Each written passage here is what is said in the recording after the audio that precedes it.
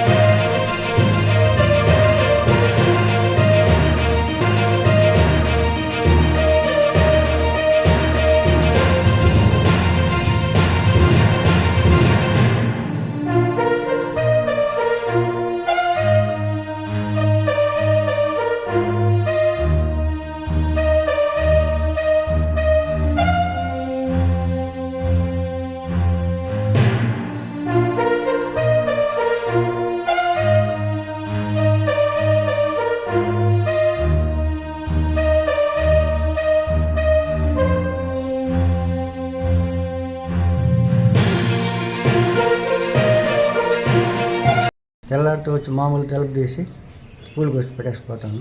చూసే కొందికి లేదు విగ్రహం. మళ్ళీ చెప్పిన అయ్యవారికి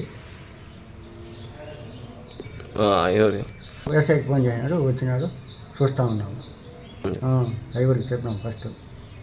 ఈ మాదిరిగా 5-6 సార్లు ఇప్పుడు జరిగి ఉండేది. ఈ విగ్రహాన్ని కూడా చేంజినారు, పైకి దారాలు కట్టి బర్నలు తెచ్చి కాల్చినారు. ఎన్నో జరుగుతున్నాయి. ఈరోజు ఉదయము మన కలగుంట శివాలయంలో ప్రాకారంలో ఉండే వినాయక స్వామిని పగలగొట్టి ఆ వినాయక స్వామిని తీసుకెళ్ళిపోయారు.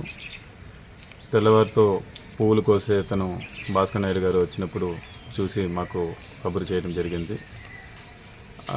ఒక 15 సంవత్సరాల ముందు కూడా ఆ వినాయక స్వామిని అదేలాగా ఏలాడి తీసేస్తున్నారు. అవి ఇప్పట్లో కేసు ఫైల్ చేసి ఒక 2-3 కూడా పట్టించినాము. తర్వాత ఇప్పుడు 15 సంవత్సరాల తర్వాత మళ్ళీ ఇప్పుడు అది ప్రారంభమైంది. ఈ శివాలయంలో ఆ వినాయక స్వామికి చాలామంది ఎప్పుడప్పుడు ఇదన్నారు. అదేలాగా నందీశ్వర స్వామిని పగలగొట్టడం లాంటివి చేస్తూ ఉన్నారు. అవి చాలా వరకు కూడా ఈ గుప్త నిధులు దీని ప్రకారమే జరుగుతూ ఉంది అవి. కానీ ఇక్కడ అలాంటివంతా ఏమీ ఉండదు. మన కంటితోనే మనల్ని పొడుస్తూ ఉండారు అంటే ఎవరు వినడం లేదు.